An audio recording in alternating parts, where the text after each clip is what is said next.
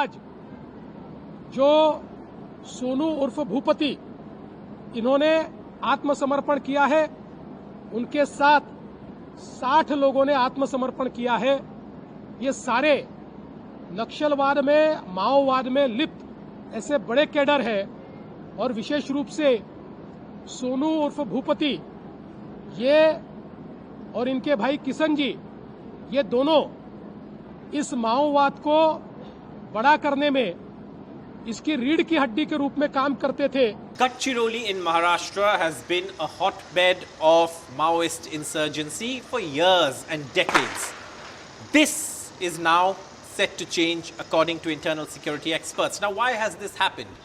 In a major development, one of the top Maoist commanders, Bhupati, as he goes by, surrendered before the police. And in a defining image of that surrender and the virtual breakdown of the Maoist infrastructure and Maoist leadership in that area, Bhupati not only surrendered before the police, but in a defining image, like I said, handed over his gun, AK-47 version of the rifle that he uses in the Maoist activity that he used to conduct, to the Chief Minister in a symbolic surrender that was held in Gadchiroli. Now, there are multiple aspects to this. One is, of course, who is Bhupati? Well, he is someone who goes by the alias Bhupati. He has, of course, multiple aliases. He hails from Telangana, and he was one of the top leaders in the Maoist organization. He was also a Politburo member of the CPI Maoist, which is a banned organization. And, of course, he was responsible for planning several attacks that have taken place over the years in the region, not only in Maharashtra, but also in states like Chhattisgarh, Telangana, and Odisha as well. Now, his surrender is a clear message that there aren't too many takers for the Maoist ideology or what the Maoists have been propagating for years. And in fact, the government of India, especially the Home Minister of India, Amit Shah, has said that by 2026, the Maoist insurgency in this country will be over.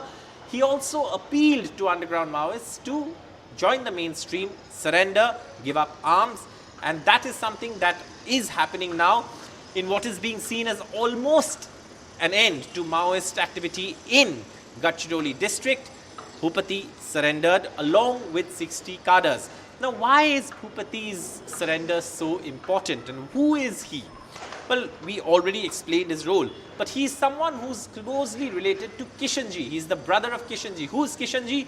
If you tracked the stories about the Maoist activity in Bengal, Kishanji was one of this, Maoist leaders.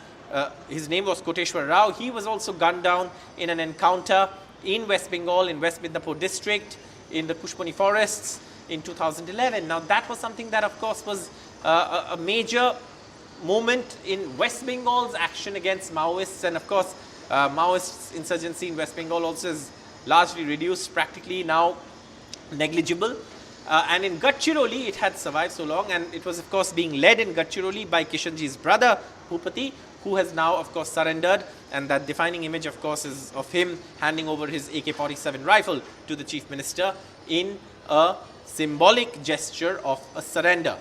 And why has this happened? Now, this has been on the cards for a while. His wife, Tarka, has also surrendered earlier in the year.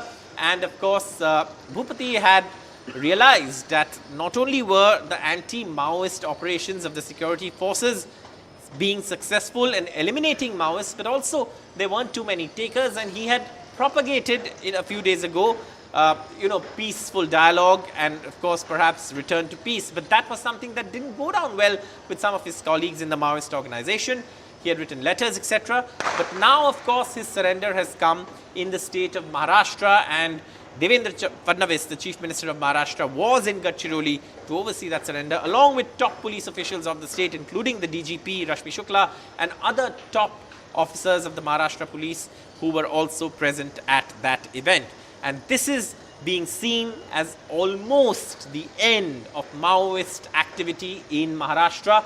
It's a big moment in the battle against the Maoist insurgency, and it seems that India is well on track to actually eradicate the Maoist insurgency by 2026, which is the deadline that has been set by the Union Home Minister Amit Shah as far as the Maoist insurgency is concerned. So this is being seen, that's why, as a big moment in the battle against the Maoist insurgency, a big win for the government, a big win for security forces, with the surrender of Bhupati in Gadchiroli, which is being marked as almost an end to the Maoist activity in the area.